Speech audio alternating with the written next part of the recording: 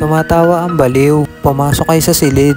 Andyan ang pogi nagbibideo. Dito nyo makikita ang napakasarap na pagkain ng Arabo. Maligaya sa kanyang pagkain. Nabusog sa sarap ang mga bisita. Iniisip kong kakasya pa yung binigay na budget sa kanila.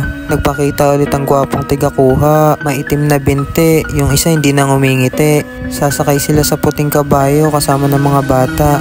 Nagsimula na nga ang tunay na ligaya.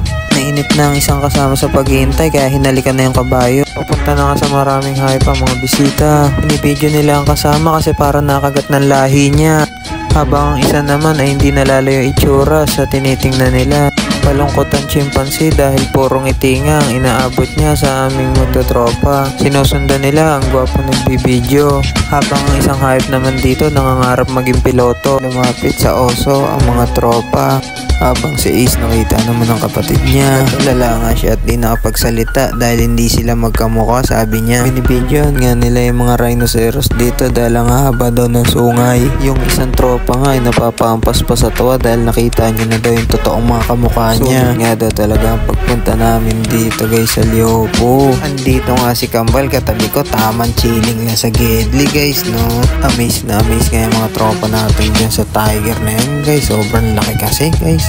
Sa sobrang ganda nga na napwestohan ko guys, kitang kita ako dito at lumalapit pa nga sa akin. Napakaswerte ko talaga dito, nakuhanan ko na malapitan. Wag nga lang mababasag itong sinasakyan kong bus guys at siguradong puputripping kami nito. Papunta pa nga lang tayo sa pinaka mas exciting na part guys, ang mga hari ng kagubatan. Pinilit ko nga na makakuha ng sobrang gandang quality na video guys, ng sobrang malapitan.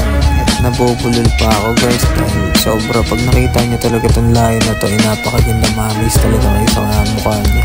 Imagine niyo na nga lang guys kung gaano kalaki ng Liopo Village dahil bukod sa safari nila dito sa loob ay meron pa sila napakalulupit na rides. Nakikita niyo naman, Screaming Condor nga pala ang tawag dyan sa rides na yan guys. Ayan, susum natin guys para makita nyo. Tinipis pa doon sa kabilang lane, no? Pang yung mga tropa natin takot na takot di makalapit. Yung isa nga natin tropa ay nagpupunas ng pawis kahit nanonood lang siya dahil nalula talaga siya sobrang haba niyan. Ayun na nga, pauwi na tayo dyan guys. Basang basa nga tayo dyan guys pag uwi natin dahil last na sinakyan namin yung bumabagsak sa tubig. Nakalimutan ko kung ano tawag doon guys. Solid talaga experience namin dito. Maraming salamat nga pala guys kung nakarating ka sa video na to. Salamat.